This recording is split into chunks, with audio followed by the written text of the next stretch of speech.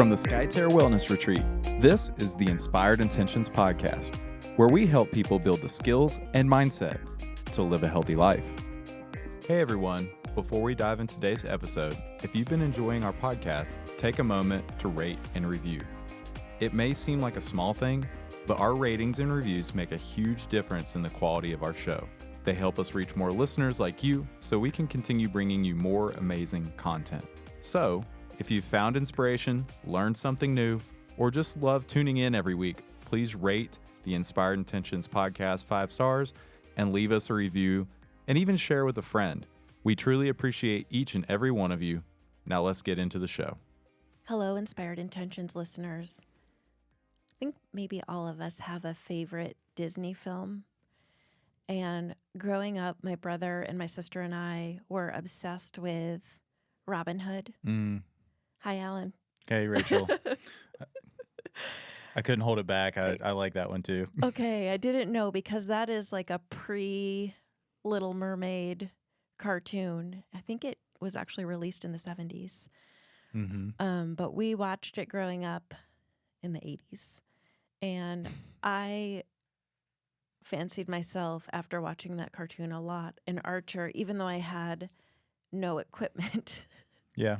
But I just always felt like that was such a cool thing. And I love that you are an actual archer. I would consider myself an actual archer. I would say I've invested enough money in bows in my life now that I would be considered an actual archer. Not by skill, by investment. By only. investment, I love that. Oh, then I'm certainly I could be like a skincare expert if we're going by investment, but I digress. Yeah. And it's so funny, Alan, we've done a lot of episodes and we've had you on as the expert on a lot of different topics, but never archery. Mm-hmm.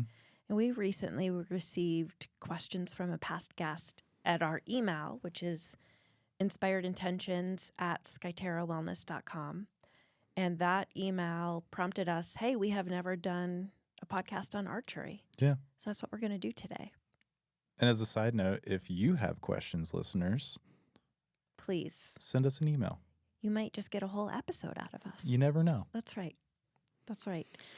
So, Alan, actually, before I get into this, let me just sing your praises for just a little bit with everything that you bring to Skyterra. So you, in addition to being podcast host and executive producer of this podcast, and in addition to taking our photos and a lot of our videos that we use for professionally presenting Skyterra and Skyterra Young Adult in the best possible way, you are a recreation director. Yes. So you're in charge of hikes, of the water sports when we do them. You recently, we had you on a few months ago talking about the blue ghosts, and you are really just, I think, an expert in everything that this part of the country has to offer in terms of what's out there in nature and the environment. So yeah. Am I missing anything? I'm sure I am. Fishing? Oh my gosh, how could I forget fishing? Which we have talked about. Yes. So just, again, thank you for everything that you bring to Skyterra and to our guests and to our staff as well. Thanks, Rachel. Yeah. It's very kind. All right.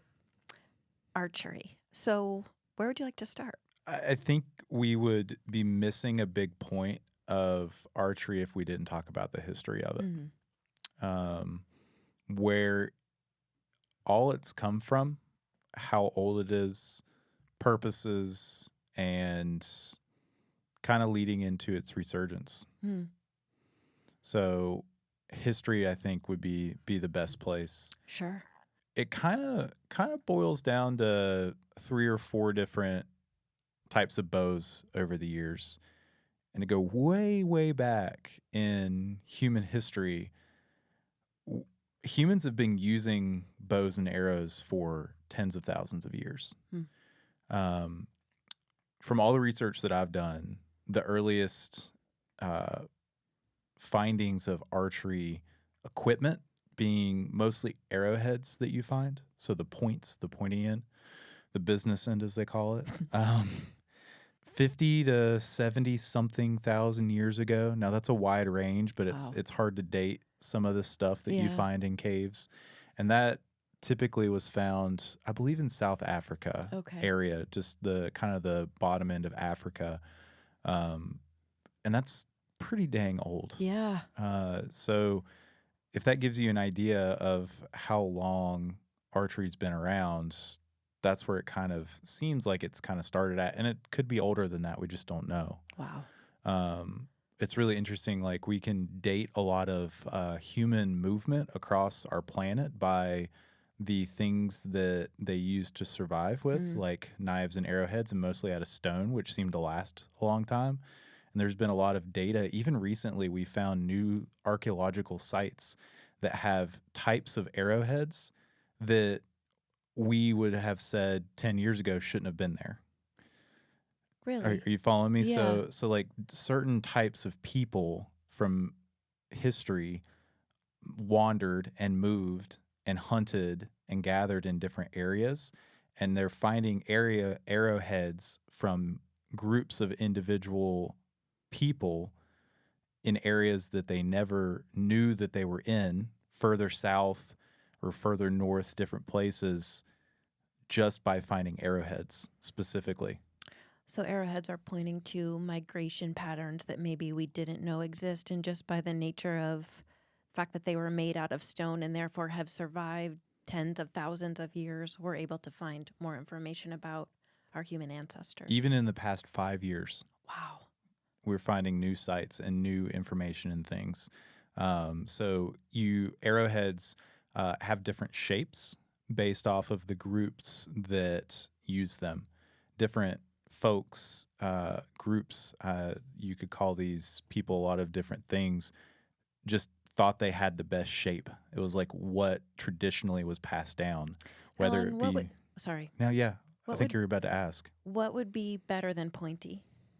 Well, it's all pointy, but it's wider or skinnier or Okay. thinner or made of obsidian versus flint, or has a better curve to it that they would then lash to the reed or stick or whatever. Got it. Sometimes they were made out of bone, which mostly deteriorates. You don't find as much of that, but it's the shape, which is really interesting. I remember as a kid finding and going and looking for arrowheads on our farm. Really? Yeah, absolutely. Like, you get you till the ground, you get a big rainstorm, rock exposes itself, and you just go look. You spend a cool afternoon in the summer looking for arrowheads, and I found them before.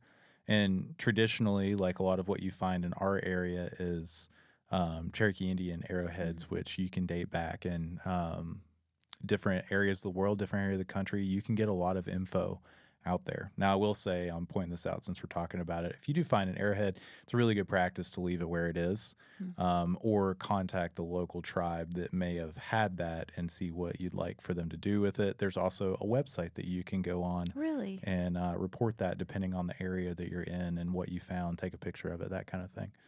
But yeah, it's a pretty common practice. That's neat. But history of archery and bows is deep. Yeah.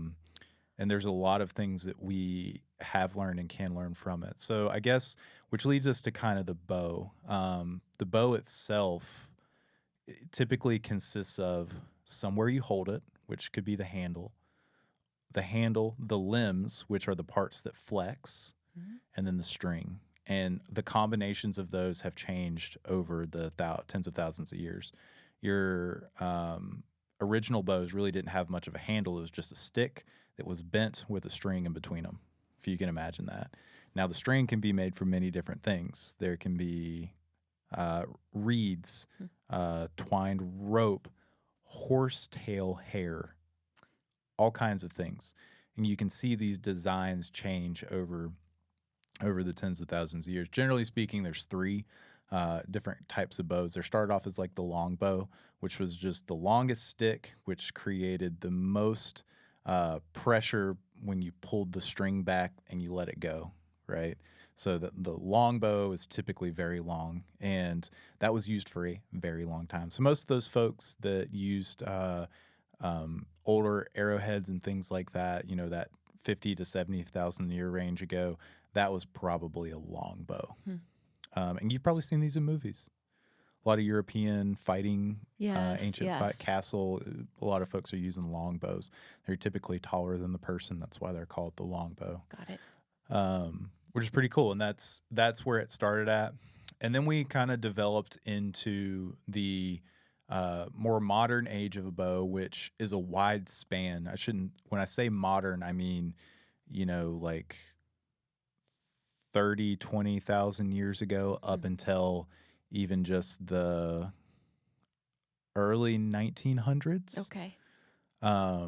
They sometimes call it traditional archery, but what you'll see is what's called a recurve bow.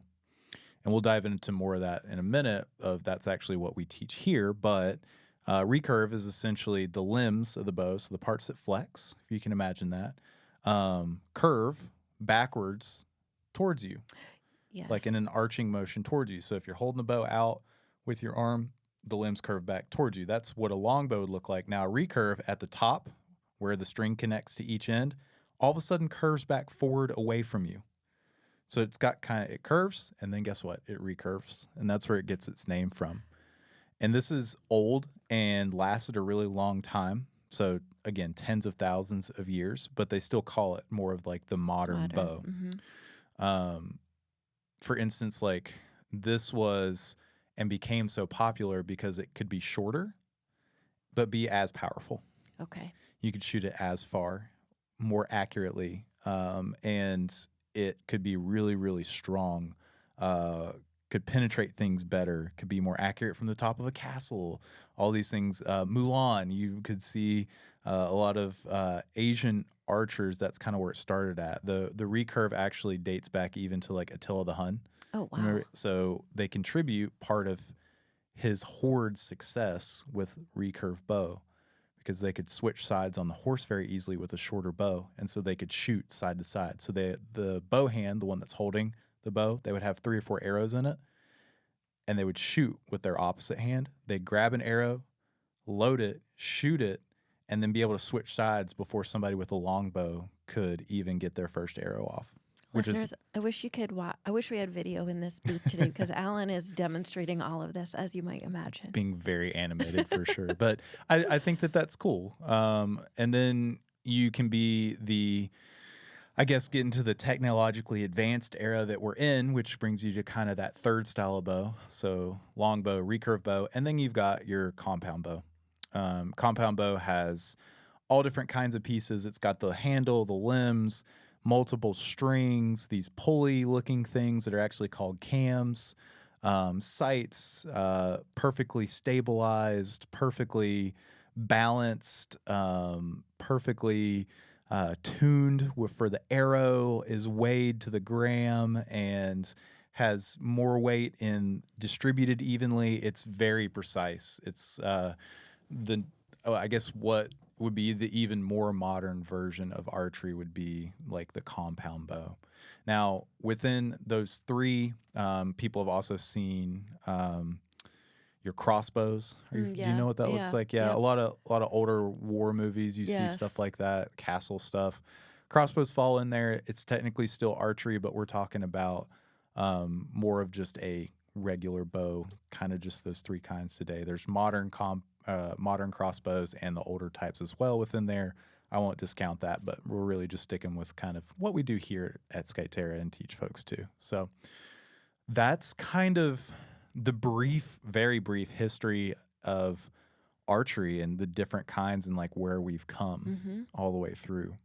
And Alan, you mentioned that of the bows that exist, what we do here at Skyterra is the recurve bow. Yeah, that's right. So anybody that's been here and has shot with me, probably they would have done a recurve. I've had a few guests actually bring their own bows, which is cool. Yeah. But yeah, recurve archery, I would say it's got a quick turnaround for being able to pick it up and actually shoot. Compound bows take a lot of setup.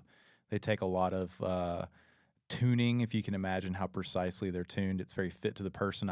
Couldn't buy enough compound bows to fit all the folks that we have come through. They're also much harder to pull back, and we can get into a little bit more of that. But yeah, we teach recurve archery here. I think it's the most accessible. That's what I learned when I was a kid. I remember shooting hay bales in the field at my sister when we were kids with these like little fiberglass recurve bows that, I was 7 years old and short, and this thing was half my size. So you can imagine it's this tiny little thing. So, Ellen, I love how you grew up finding arrowheads on your farm, and that's just really neat. Yeah, it was a good upbringing for sure. Yeah. So what is it? So guests at Skyterra are using that recurve bow, and they're shooting at targets. Mm-hmm. Okay.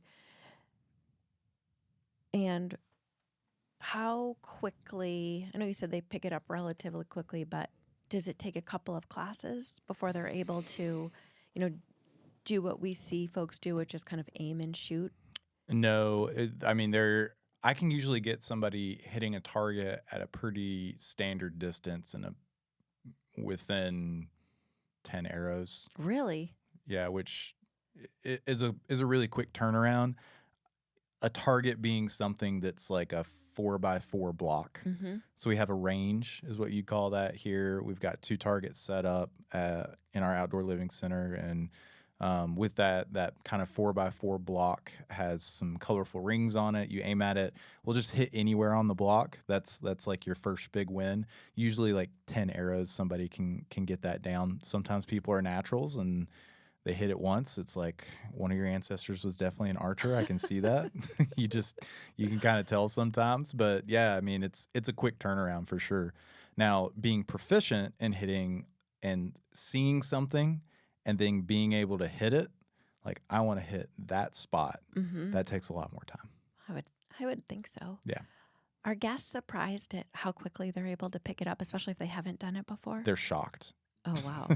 Every time.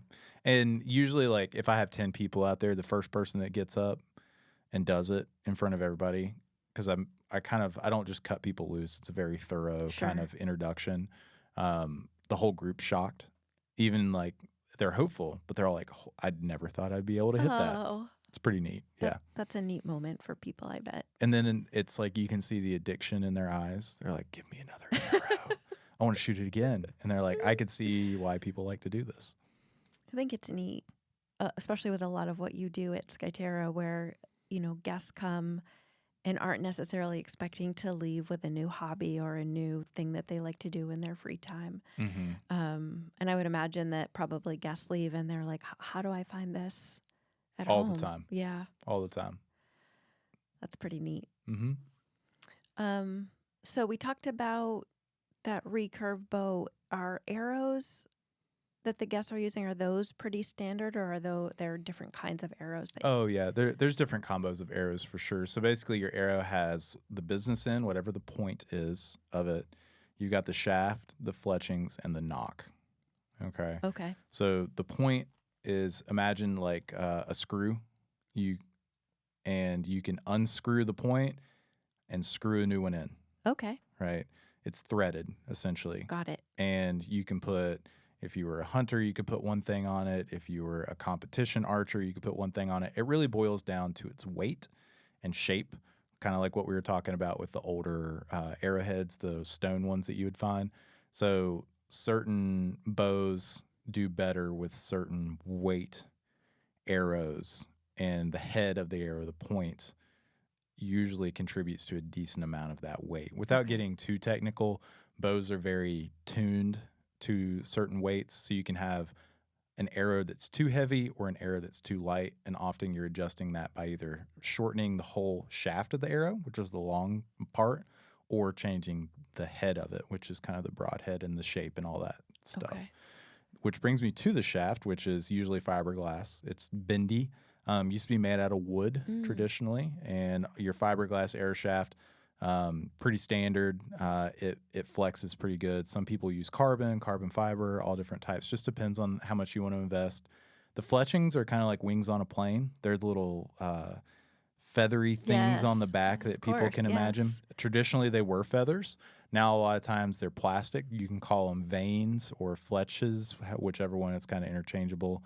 You kind of glue those on. If one comes off, you glue another one. And then you got the knock. The knock's the clippy thingy, as you would call it. So like an arrow attaches to the string so that the string can guide it in the right direction and it doesn't slide or move out of the way. So the nock is what kind of clips that on there. And that's more of a modern thing. As you kind of go back in history, you kind of see nocks kind of develop a little bit. Somebody had the idea a long time ago, but like the modern plastic nock is, pretty recent as far as archery history goes. And that makes up kind of your arrow. Honestly, we use Amazon arrows. You can, to kind of answer your question, like somebody that's entry level and just wants to get started. Like Amazon.com. Amazon.com.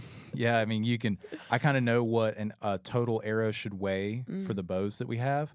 And I order those off of Amazon because we're not trying to be crazy precise. We're trying to get out there and have some fun, which I think is at the core of archery. And so we order a couple dozen at a time that way. And I have kind of figured out what the weight is. And that's how we go about it. It doesn't have to be that complicated. So funny the things you can get on Amazon. I never would have thought to order. What does it come in, like a basket? Like a box? Just a long cardboard box with them. I was picturing like a reed basket, like something that you would find like several thousand years ago. Yeah. No, just a box. Just a box. That's it. We order our targets from Amazon too. You can get all kinds of targets on Amazon. This is not a plug for Amazon. No. So, Alan, why is it so important to you, and I'm interested in it just personally, why we do archery here at Skyterra? Yeah, I think everything here at Skyterra that is kind of born from somebody enjoying it themselves, like an instructor enjoying doing yoga. So we have great yoga instructors because of that. I'm by no means calling myself a great archery instructor, but I enjoy archery a lot. For me, it's very meditative and therapeutic and challenging. It requires a lot of focus. It requires attention to detail that I think that we can miss in our daily lives. It is always challenging, and there's always a new aspect that you weren't sure about. You're tweaking things. Grip, form, stance, draw cycle, anchor point, all these things that you have no idea what I mean by if you've never done it before. It's a lot of small things, and it boils down to kind of what I said. It's meditative for me, and I think and I had the idea that could be helpful for the guests. You can't think about much else when you're doing it. If you are, it's going to show because that arrow's not going to go where you want it to go. You need to be focused. Very focused. It's a very much so like step 1, step 2, step 3, step 4 in your head. And if you miss one, everything's kind of going to go off, right? Yeah. And that's what the things you can control. Now there's the environment around you, and that brings you into even more focus and less of your crazy world that you live in. You have to be very precise. And is the wind blowing left or right? Is it blowing right to left? You have to feel the environment around you, which is fun for me. We shoot outside here. We don't have an indoor range. That is a thing. You can have an indoor range. So I think there's a connection to nature. I think there's a connection to your mind and body working seamlessly together to achieve precision. Because that's one of the ultimate goals is to be very precise with an arrow, just like Robin Hood. Yes. Right? They actually, like, it's kind of a thing where you say, like, Robin Hooded an arrow. You shoot one arrow, and then you put another arrow into the back of it, like, perfectly. Yes. Right? That's a high level of precision, shooting the apple, which is funny that I actually do that with guests, not off of anybody's head, but I'll stick an apple up there. And if somebody's done a few privates with me and has gotten good enough, I'll see if they can really zone in on the apple. Have they ever? Yeah. Oh, that's cool. Yeah, it's been fun. So there is that level of, I think with any good sport that becomes addicting to someone, there's that level of you're not ever going to quite master it. Yeah. Just like a golf swing or a swim stroke or, a punt. Whatever that is, you're not ever going to be perfect at it. In archery, there's so many little things that get you out of your head that I think it's important. So that's a lot of words for me to say that I think it's therapeutic. I think that it helps with the mind and the body in a lot of different ways. And I think that guests can realize that really quickly. Alan, you do such a good job of explaining the technicalities of whatever it is that you're teaching to the guests, but also this is the mental side of it, and this is, the physical side, which is linked to the mental side as well. Mm-hmm. Yeah, for sure. I've been told I'm thorough sometimes, Yes. sometimes more thorough than I need to be. Well, I think people like to know the history, just, kind of where we started, the history of everything and why you do this and, what the other options are and why we're using this particular option. Mm-hmm. Yeah, I think it's pretty neat. So if, of course, we want everybody to come to Skyterra, take classes from Alan. If you're not able to do that, Alan, how would you test out or find archery wherever you are? Yeah, there's a lot of ways too, and there's a lot of different reasons that people do archery across. So, like, if you go watch the Olympics, there's Olympic recurve archery. They're a little bit more modern. They have a sight on them. They have big balance, but you can go watch that and you can see the precision and the purpose behind why those people want to do it. It's a very cultural thing. Everybody across the world does it.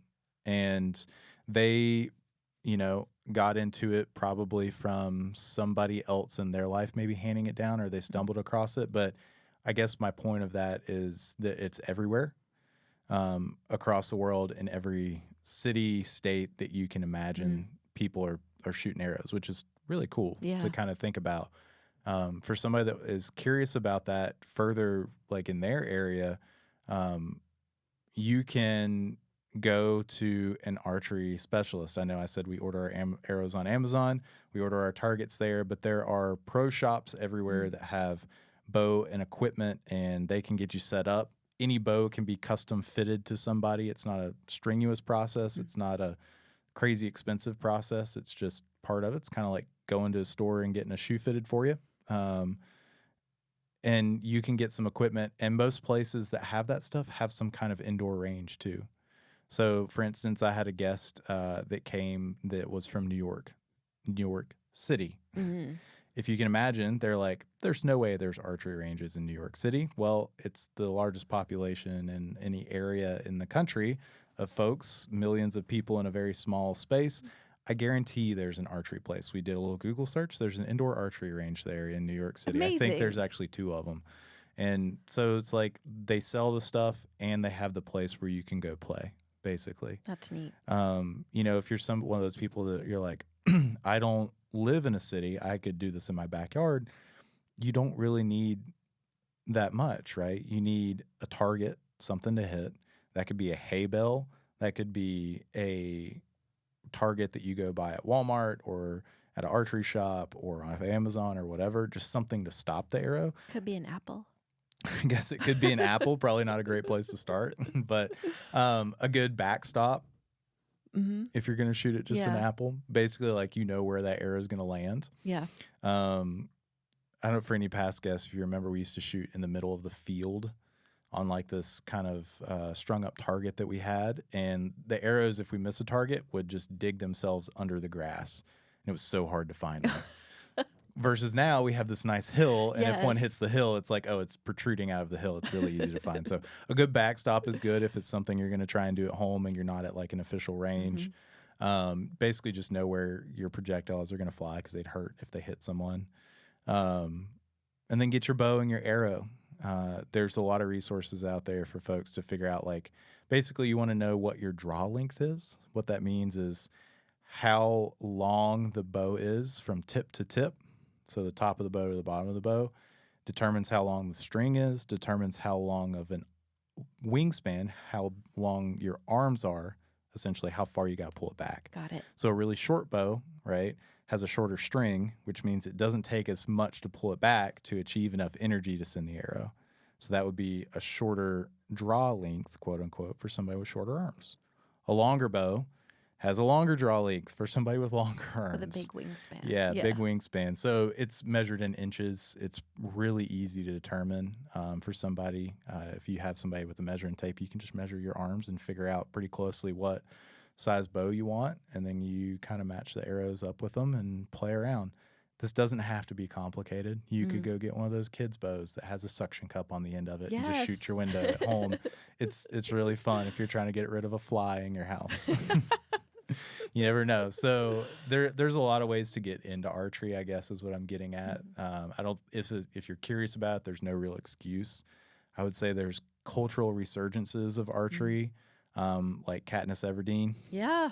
For a while, that was the thing. Everybody would want to come and be like, I'm Katniss today, because she popularized the bow again for a few years. And we see that, and that means that there's a lot more availability to it in our current world. So pretty cool. This has been great, Alan. Anything else you want listeners to know? That it's for everybody. Yeah. That anybody can do it. You can get a light enough bow. I hear folks say all the time that they're terrified that they can't pull it back. What I mean by a light enough bow is not that it weighs a lot. It's that it can be really easy to pull back and you can have fun with it. I've had, folks that are 80 years old and terrified that they can't pull it back, and they do just as well as somebody that's 20. Levels the playing field a bit, which I think is cool, and it's for everybody. If you're one of those people that can't stop your brain from running, like I am sometimes, go slow down with it. You can't think about anything else. It's a powerful tool for the mind and the body, and it feels real good for the spirit whenever you hit what you're trying to hit. Yeah, instant gratification. Very much so. We call that the thwack. Oh, I love that. The sound of when it hits. It's a good sound. Makes you feel good. Awesome. Well, thank you so much, Alan. This has been excellent. And listeners, just a reminder again, if you have questions for us, shoot us an email at inspiredintentions@skyterrawellness.com. Thanks again, Alan. Yeah, thanks, Rachel. Bye, everybody. Bye. The Inspired Intentions podcast is a production of Skyterra Wellness Retreat. Special thanks to our executive producer, Alan Broyhill. Send us your questions and comments to inspiredintentions@skyterrawellness.com. Subscribe on iTunes and everywhere podcasts can be found. If someone you know might benefit from this podcast, share Inspired Intentions with them and give us a 5-star rating. Join us next week as we cut through the unrealistic noise on diets and fitness and show you how healthy living fits seamlessly into your already busy life. Thanks for listening.